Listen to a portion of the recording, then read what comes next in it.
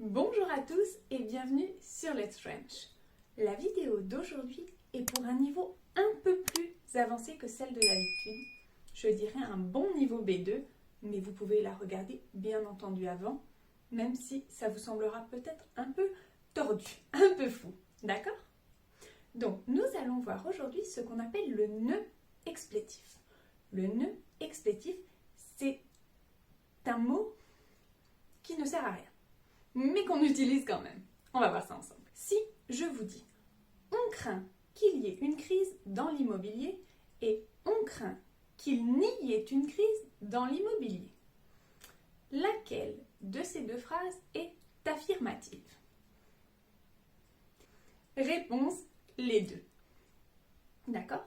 Le nœud, s'il n'est pas accompagné de la deuxième partie de la négation, n'est pas négatif. Ok? Alors, ce nœud explétif, quand va-t-on l'utiliser? Première chose à savoir, il n'est pas obligatoire. Que vous l'utilisiez ou non, la phrase aura le même sens. Simplement, on va mettre l'emphase, on va donner plus de valeur sur quelque chose en utilisant ce nœud. D'accord? De plus, on l'utilisera surtout dans le langage soutenu. Okay? Premier cas dans lequel on va utiliser le nœud explétif. C'est dans une subordonnée qui est introduite par une expression qui indique la crainte, la peur ou l'empêchement. Par exemple, après des conjonctions comme de crainte que, de peur que, avant que, à moins que. Par exemple, je vais voir ma mère à 20h de peur qu'elle ne soit partie à 21h. Pars avant qu'il ne soit trop tard.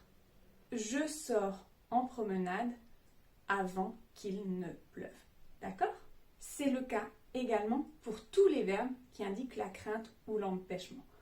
Par exemple, avoir peur que, craindre que, empêcher que, éviter que. D'accord?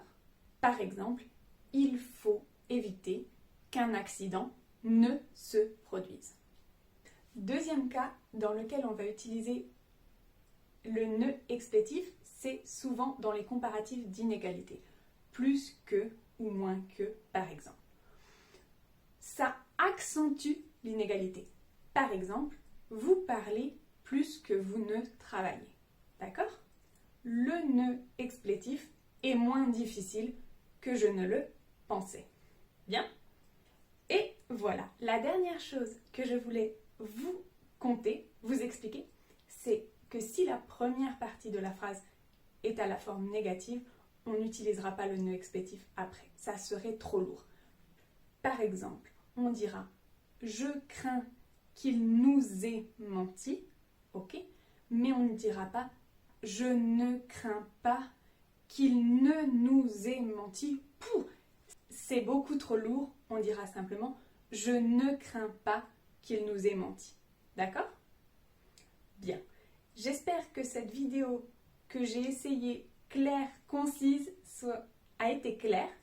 De nouveau, ce n'est pas obligatoire, mais dans le langage écrit et soutenu, on a beaucoup tendance à l'utiliser, même s'il n'est pas indispensable. Donc si vous oubliez de l'écrire, ce n'est pas grave, mais quand vous le voyez, faites attention à ne pas confondre une phrase affirmative avec une phrase négative. Voilà pour aujourd'hui. J'espère que cette vidéo vous a plu. Je vous retrouve samedi prochain pour plus d'aventures en français. Et d'ici là, je vous souhaite un très bon week-end. Ciao!